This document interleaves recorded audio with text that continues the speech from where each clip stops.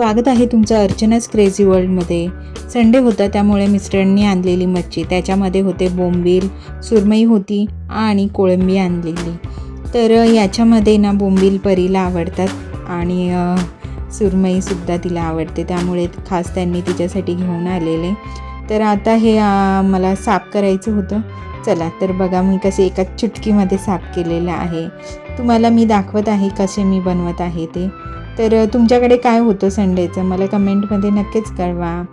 बघा आता ह्या माझ्याकडे लिंबू नाही आहेत आणि आता उन्हाळा पण आहे, त्यामुळे लिंबू पण जरा महाग आहेत, त्यामुळे मी काय आणत नाही लिंबू। तर कोकम होते आणि कोकम चांगले म्हणजे रसरशीत होते, तर थोडेसे पाणी टाकले त्याच्यामध्ये, म्हणजे ना त्याच्यामध्ये आंबटपणा तो पूर्ण बाहेर येतो। आता इथे मी मॅरिनेटसाठी फिश जरा बाहेर काढलेली आहे। तर आता मॅरिनेशनची तयारी करत आहे मी। तर ते मी घेतलेले आहे मसाला, लाल मसाला घेतलेला आहे, घरचाच मसाला आहे। तुम्ही तुमच्याकडे जो मसाला आहे तो घेऊ शकता। आणि इथे काश्मीरी मिरची पावडर घेतलेली आहे, म्हणजे जरा कलर येतो त्याने। हळद टाकलेली आहे, गरम मसाला टाकलेला आहे। आणि आता हे कोकम जर भिजत टाकलेलं ना त्याला चांगलं असं पिळून घ्यायचं, म्हणजे कसं त्याचा सगळा अर्क त्याच्यामध्ये पाण्यामध्ये उतरतो, तर ते जरा व्यवस्थित पण लागते, जरा आंबट वगैरे। आता इथे मीठ ॲड करते, मेन म्हणजे मीठ आहे, या स्टेपला मीठ ॲड करायचं, तर ते पूर्ण फिशला लागते।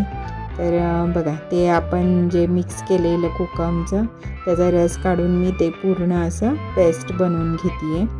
अशा प्रकारे जर तुम्ही मसाला तयार केला आणि फिशला लावला ना तर सगळीकडे इक्वल लागतो तो। आणि कसं आहे ना काही लोक असे वरणच टाकतात ना सगळं, तर मग ते व्यवस्थित लागत नाही, कारण मी पण तशीच ट्राय करायची, पण मग मी आता अशी ट्राय करते, तर असा व्यवस्थित लागतो सगळीकडे। तर टेस्ट करून बघितलं मी अगोदर कसं लागते, तर मस्त आंबट अशी टेस्ट आलेली त्याला। तर मस्तपैकी दोन्ही साईडनी लावून घेत आहे मी। तर बघा अशा प्रकारे तुम्ही लावू शकता।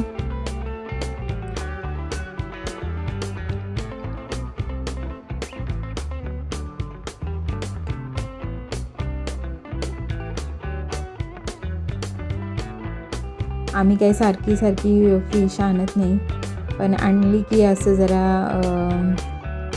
चांगलीच घेऊन येतो, कारण की मग ते कसं आम्ही तिकडे लांबून घेऊन येतो ना, तर त्यामुळे मग तिकडे जाणं सारखं शक्य नसते, कारण आमच्या इथे जवळ एवढी फिश भेटत नाही फिश, त्यामुळे आम्ही तिकडनंच खारघरवरनंच घेऊन येतो।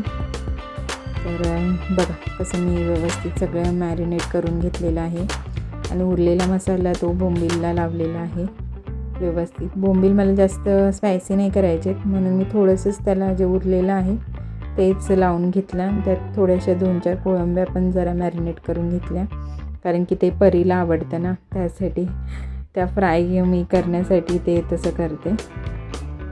आता इकडे मला मसाला बनवायचा होता, पण घरी कोणच नव्हतं, परी गेलेली ड्रॉइंग क्लासला आणि अन्नूला मला सांभाळायचं होतं। तर अन्नूला बघून मला काम करायचं होतं, त्यासाठी मी घेतलेला लसूण सोलायला। इकडे लसूण माझं सोलत होती मी, पण अन्नू कुठे काय करून देते, तेव्हा तिला काय ना काय मध्ये खेचायची सवयच आहे।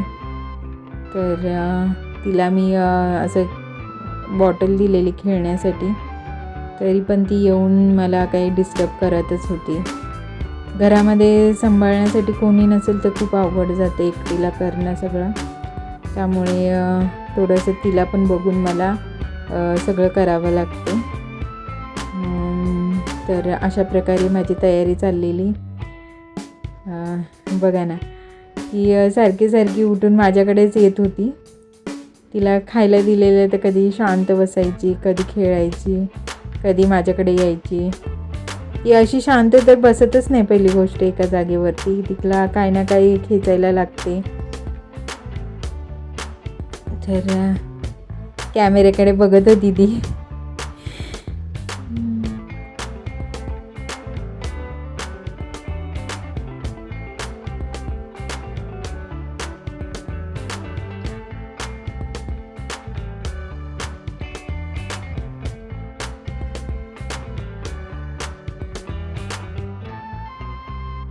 आता इथे तिला घेतलं जरा, तिला खेळवलं, दूध फीडिंग केली तिला जरा आणि इकडे येऊन पुन्हा कामाला लागली. वाटण करून घेत आहे. कोळंबीचा रस्सा बनवायचा आहे त्याच्यासाठी. खोबरं घेतलेलं मी, कोथिंबीर घेतलेली आणि लसूण घेतलेलं वाटायला. आता इकडे एका कढईमध्ये कांदा आणि कढीपत्ता टाकून तेलामध्ये फ्राय करून घेत आहे. आणि एका साईडला मी वाटण करत आहे. अन्नूला पण घेतलेलं आहे उचलून.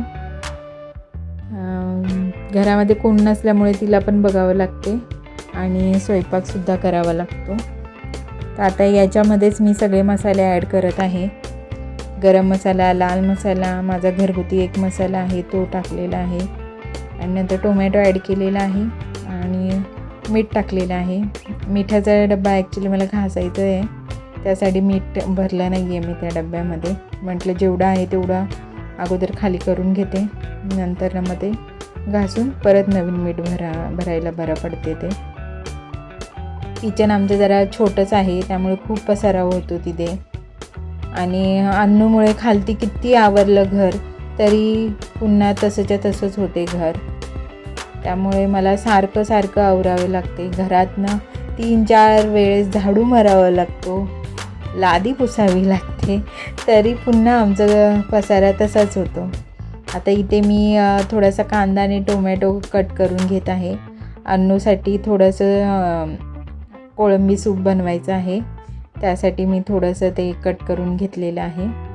आणि इकडे फक्त त्या मसाल्यामध्ये आणि कांद्यामध्ये चांगलं पहिलं हे शिजून घ्यायचं आहे आपल्याला कोळंबी, जेणेकरून ना त्याचा अर्क सगळा उतरला जातो आतमध्ये आणि वरती पाणी ठेवायचं आहे. डायरेक्ट थंड पाणी ओतायचं नाही. आता हे मसाला मी टाकलेला आहे त्याच्यामध्ये आणि व्यवस्थित जरा मसाला टाकून त्याच्यावरती झाकण ठेवून पाणी टाकून जरा शिजून द्यायचं कमी गॅसवरच. आणि इकडे या साईडला मी जरा तिला सूप बनवण्यासाठी फक्त कांदा टोमॅटो घेतलं आहे आणि थोडंसं घी टाकलेलं आणि त्याच्यामध्ये मी फ्राय करून घेतलं ते जरा. आणि त्याच्यामध्ये मग कोळंबी टाकले, कट केल्या कोळंबी आणि त्यात टाकल्या आणि त्याला 1-2 मिनटं चांगलं परतवलं म्हणजे त्याचासुद्धा अर्क त्याच्यामध्ये उतरला जातो व्यवस्थित. अगोदर चांगलं परतून घ्यायचं ते नुसतं. तर इथे अशी माझी गडबड चालू होती, कारण की आता वाजलेले 12 वाजलेले. परी तिचे पप्पा गेलेले तिला ड्रॉइंग क्लासला घेऊन. त्यानंतर ते आल्यानंतर त्यांना जेवण द्यायचं होतं, त्यासाठी माझी एवढी गडबड चाललेली. तर आता इकडे बऱ्यापैकी म्हणजे माझं रेडीच झालेलं तसं. आणि तिकडे पाणी ओतलं मी सूपमध्ये थोडंसं अन्नूच्या. आता एका साईडला म्हटलं थोडं फ्राय करून घेऊया, म्हणजे कसं तसं मी काय भाकर वगैरे काय बनवली नाही आहे दुपारचं. आजकाल उन्हाळ्यामध्ये ना असं काही जास्त खाऊ वाटत नाही, त्यासाठी मी थोडंसंच म्हणजे भातच टाकलेला. आणि फिश असले की आम्हाला फक्त फिश जास्त लागते खायला. तुमचं पण असं आहे का? नक्की सांगा मला. आणि इकडे तवा ठेवला, म्हटलं एका साईडला जरा फ्राय करून घेऊया. तर हे तेल टाकून घेत आहे तव्यामध्ये थोडंसं बऱ्यापैकी. म्हणजे आता मी फिशसाठी ना बाहेरनं कोटिंग बनवत आहे. त्याच्यामध्ये मी तांदळाचं पीठ घेतलेलं आणि रवा घेतलेला आणि ते मिक्स करायचं, म्हणजे बाहेरची कोटिंग जरा क्रिस्पी होते. क्रिस्पी झालं की मग ते खायलासुद्धा खूप छान लागते. तर इथे त्याच्यामध्ये थोडंसं मीठ टाकते, काही मसाले वगैरे सगळं टाकतात. तर मी फक्त हळद थोडासा मसाला टाकलेला आहे आणि चांगलं ते मिक्स करून घेतलेलं आहे, कारण की ऑलरेडी आपण मसाला वगैरे लावून घेतलेला आहे. आणि हे असं चांगलं त्याच्यामध्ये डिप करून घ्यायचं आहे. दोन्ही साईडनी चांगलं ते लावून घ्यायचं आहे. आणि असं प्रकारे मी हे तव्यामध्ये फ्राय करून घेत आहे मच्छी. तुम्ही कशा प्रकारे करता मला नक्कीच सांगा. जर माझ्यासारखी करत असाल तर तरी मला कमेंटमध्ये कळवा. आणि तुमची वेगळी पद्धत असेल तर तीसुद्धा मला सांगा. तर अशा प्रकारे मी एका साईडने शेकून घेत आहे व्यवस्थित. थोड्या थोड्या तेलामध्येच मी जरा फ्राय करते, कारण की जास्त तेल नाही लावत, कारण की जास्त तेल आता मोदींनी सांगितलेलं आहे ना, जास्त तेल नाही यूज करायचे, म्हणून मग थोडं थोडं तेल असं नाही, पण मी हमेशाच थोड्याशाच तेलामध्ये फ्राय करते.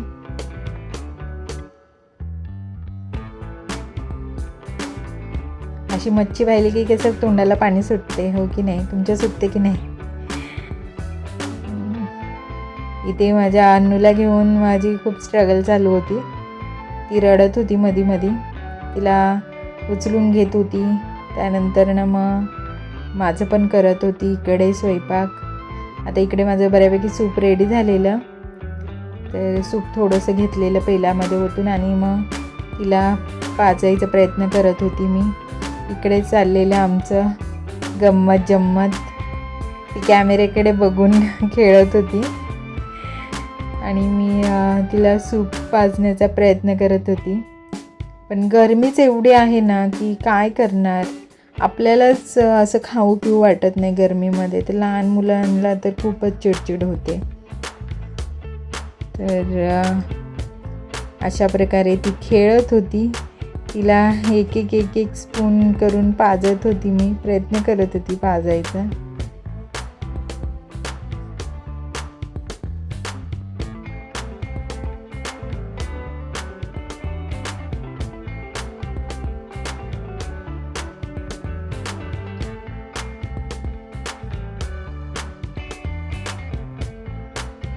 तुम्ही देता का तुमच्या लहान मुलांना असं नॉनव्हेजचं सूप वगैरे?